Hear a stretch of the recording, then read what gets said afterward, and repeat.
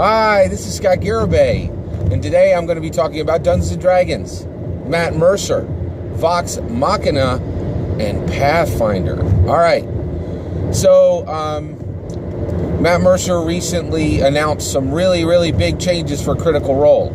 He announced that Critical Role has its own studio. Okay, he didn't announce this next part, but that studio is television grade.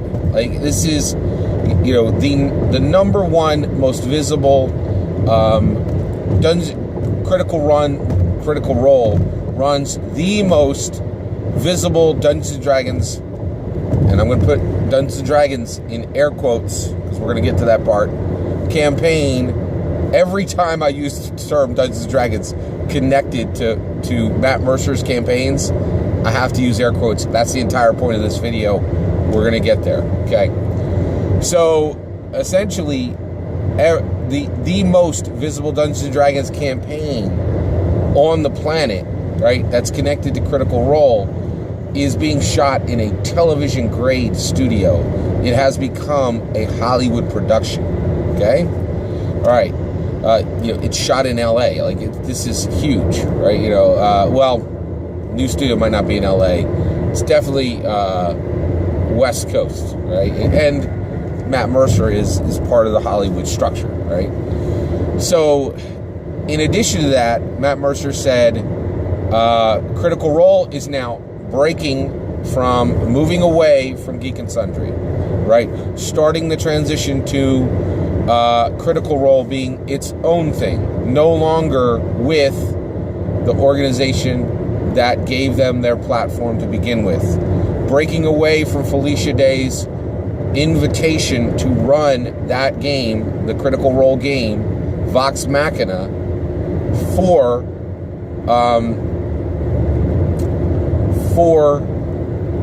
specifically for Geek and Sundry, okay? I think this was back when Felicia Day actually owned Geek and Sundry, which is no longer the case. Okay, all right. So there's a lot of history here. Now I'm really going to be getting into the weeds here. Like, I'm going to be picking apart the history of Critical Role, the history of Vox Machina. Right now, the reason I'm doing that, people might go, "Why are you digging in this deep?" Well, here's the reason why. I believe that Dungeons & Dragons is part of Americana. It is a part of American history, right? And I have already learned the lessons of 1980s Marvel. In the 1980s, Marvel was virtually broke, okay? They were, in reality, holding on to multi-billion-dollar intellectual properties, but nobody knew it. Nobody knew it, right? You know, and Marvel almost went broke and ended up selling parts of their intellectual property to Sony and Fox and a whole bunch of other places, right? Well, the reality is Dungeons & Dragons is only 43 years old, but I am convinced it is a huge ingredient of what makes America great today, right? Like, you know, entertainment is our number one export. Video games are transforming our culture. Dungeons & Dragons is an absolute core ingredient in the vast majority of all video games. There's, you know, it's like the width of a railroad. Dungeons & Dragons is incredibly important, and we are capturing its history right now. And, you know, especially when there's a lot of money on the table, you know, if you don't capture what's happening at the moment, right, there's reasons for that history to be rewritten, right? So I'm sharing my opinion, and I'm also trying to capture this moment, this understanding of Dungeons & Dragons history as it's being made, right? Well, Vox Machina, the Critical Role campaign that Matt Mercer is a game master for, and I'm not using the term Dungeons & Dragons for a specific reason. We're going to get there, right? Vox Machina, Matt Mercer is the game master, right? Well, here's the history of Vox Machina, right? Now, I only know this because I recently have been researching a lot about Matt Mercer, and the reason why is when I watched his video saying we have a television level studio, and we're breaking off from Geek and Sundry, right? Geek and Sundry, that was a good situation. It's good for everybody. Why? Because there's money here, huge amounts of money, and there's history here, and there's legacy here, right? This is This is a huge part of Dungeons & Dragons history that's happening right now, right? Vox Machina is the most visible Dungeons & Dragons, air quote, that campaign that has ever existed, right? If you spin around and throw a rock in America and say, what's Vox Machina? You're probably gonna get an answer, right? At least at any convention you would, right? But the reality is, many other campaigns, they don't even have a name, right? But this one does. And here's the history of Vox Machina. One of the Vox Machina player has a birthday. Matt Mercer runs a one-shot using Dungeons & Dragons 4th edition. Every player at the table has a great time. They all want more. Matt Mercer says, great, I'm going to run some more. He runs more with Dungeons & Dragons 4th edition. He says, I don't like Dungeons & Dragons 4th edition, right? The player base, the game masters say, we don't like Dungeons & Dragons 4E. Let's go get Pathfinder. They do. They abandon Dungeons & Dragons and go to Pathfinder. Pathfinder runs for another year and a half, 2 years, right?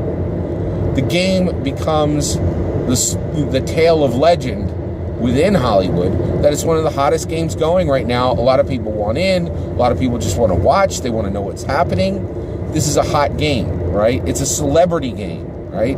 But this game is Pathfinder. Felicia Day hears about it. She goes to Matt Mercer and says, hey, I want you to stream your game on my show, Geek and Sundry, right?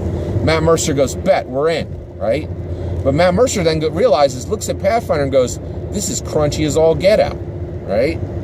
We need something that runs smooth and fast.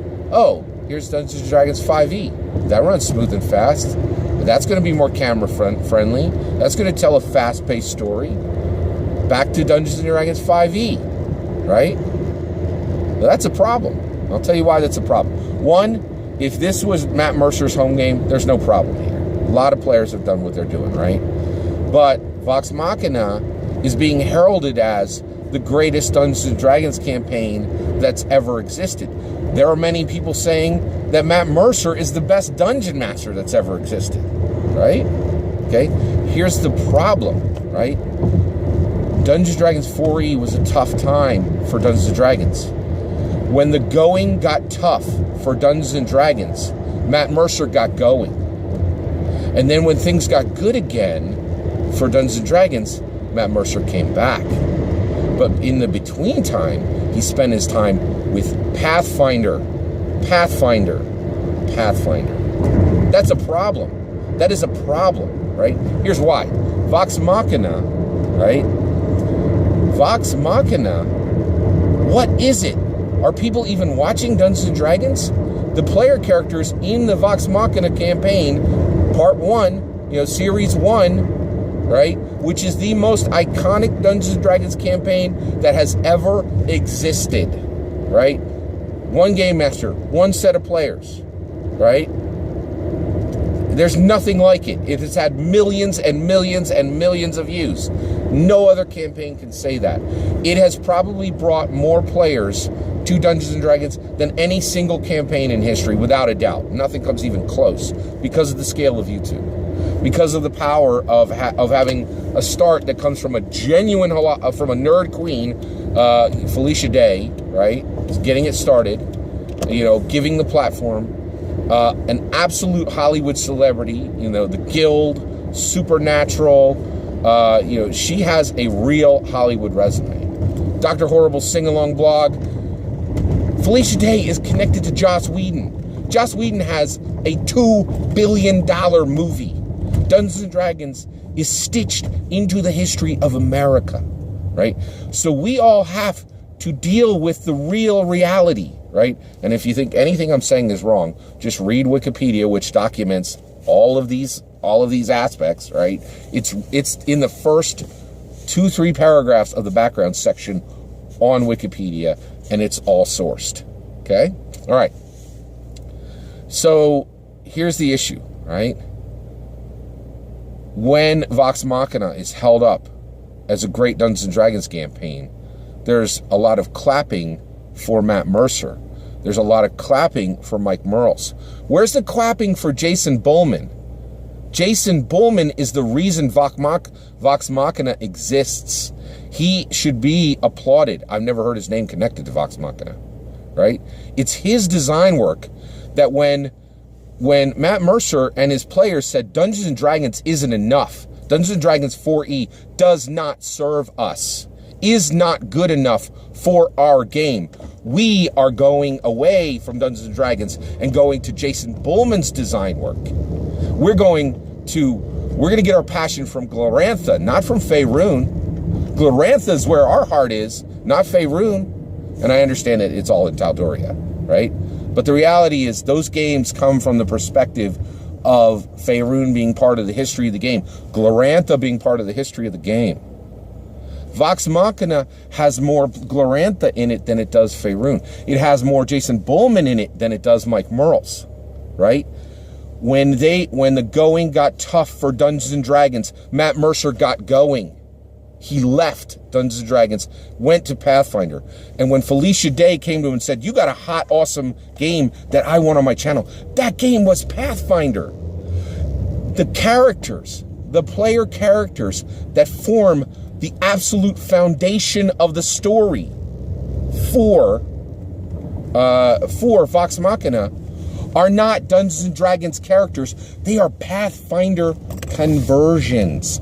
Pathfinder conversions.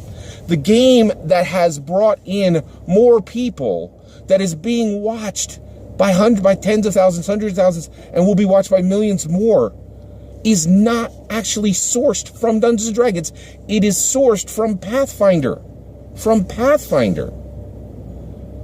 Like, what? You know, like this blows my mind.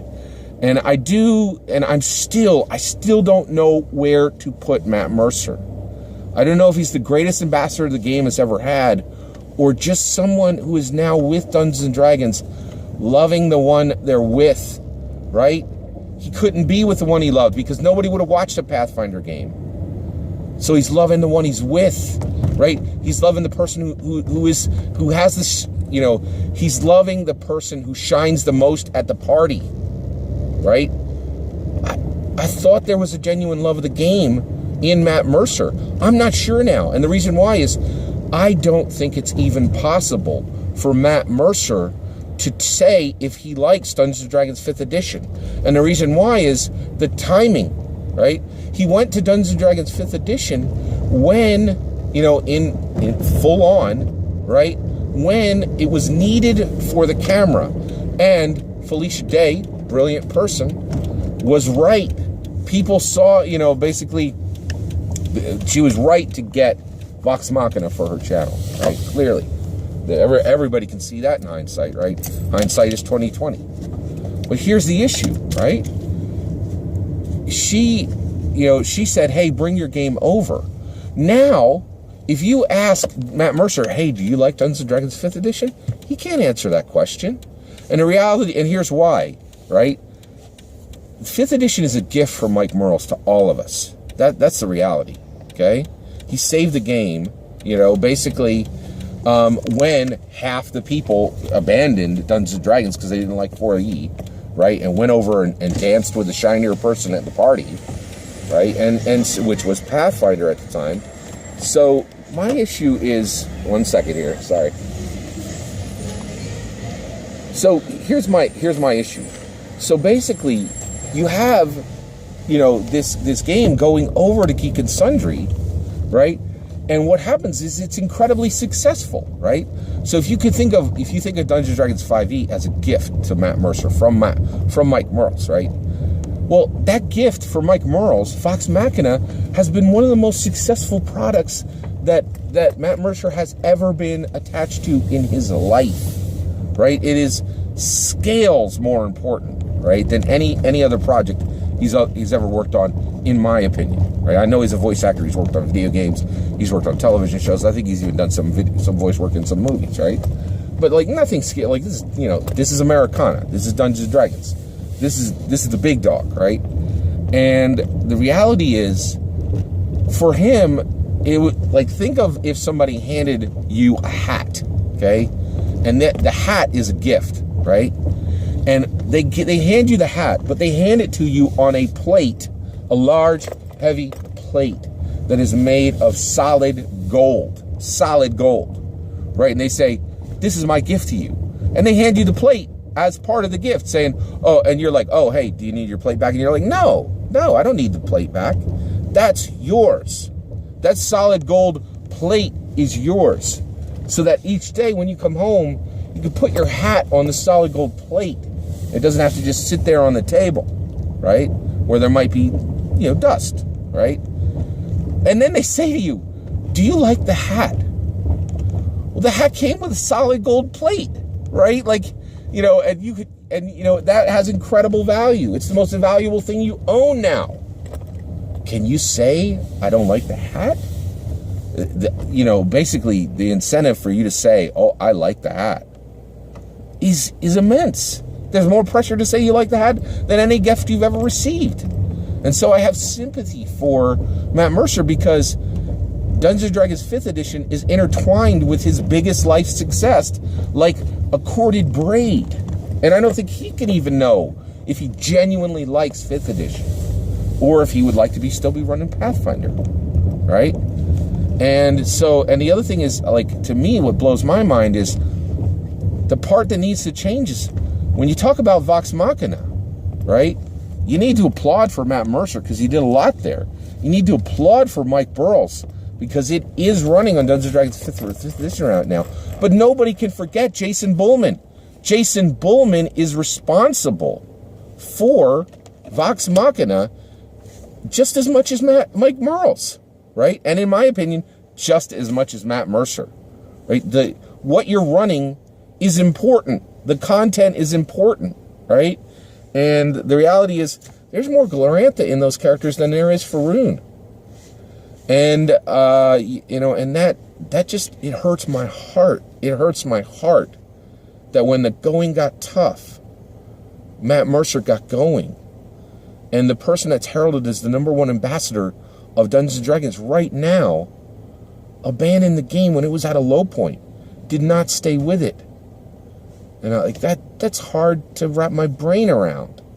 That was a dark time. People forget how dark it was, right? Like for 4th edition. I played at a shop in Westchester, Pennsylvania called the Gameskeep. I played there for 3 years using 4th edition. One of my best Dungeons & Dragons friends in the world came from 4th edition because we stayed and we played, right?